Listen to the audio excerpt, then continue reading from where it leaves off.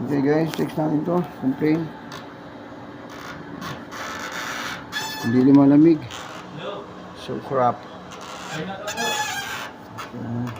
May pressure naman siya. 410 ito ha. Check natin. Hindi.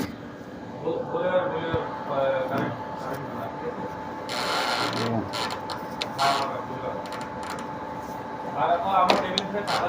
Tingnan natin kung mayroong command center.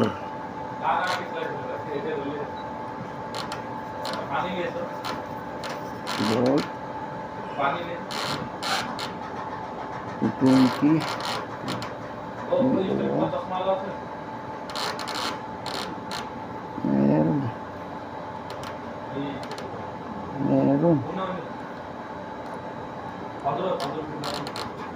Meron eh.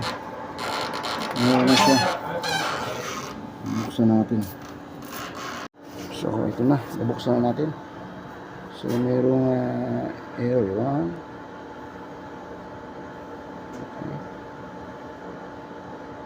Okay. So okay naman yung compressor 120. Check natin kung okay yung kapasitor. Okay. Okay siya. Okay. Something wrong. Something wrong. What is this? What is this? Huh? One more receipt.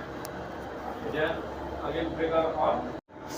So now everything is check the sensor, auto sensor, pipe sensor, LP and SP switch.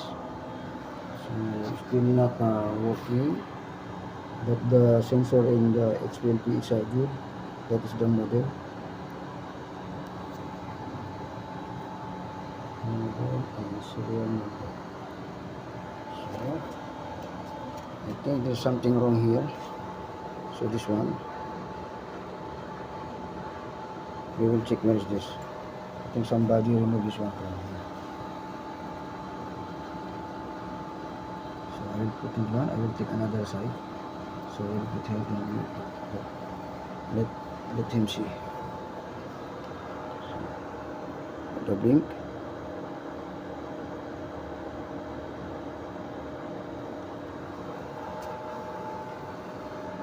Stable.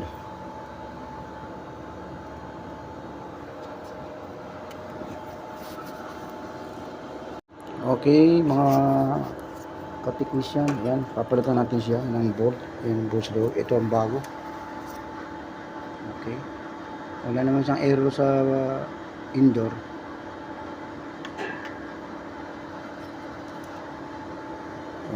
Ngayon, kasi itong board na ito, yung isang linya ay nakakonek sa coil. So pag under, biglang bitaw. So ito ang papalitan natin. Okay, ito para sa pan to, inverter kasi yung pan.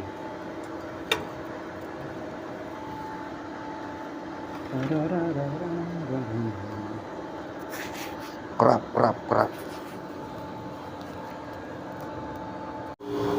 Okay, gano'n na. Okay, ayan, hanggang na siya. Kaya natin ang board.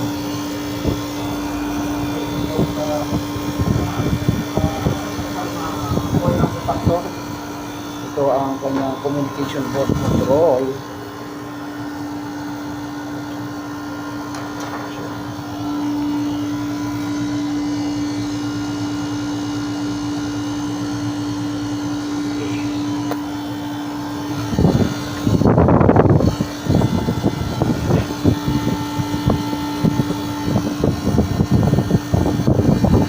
Ako na kasi umandar kagad. Mainit dito, nasa room, may height ito. Ako biglang mag-generate ng init. Okay. So far so good.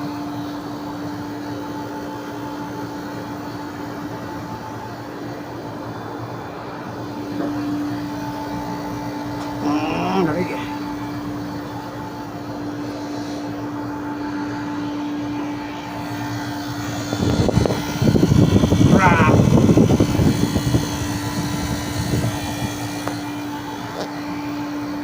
Hinuwagad yung tester tsaka yung gauge. Anak ng tinapay na kasama ko.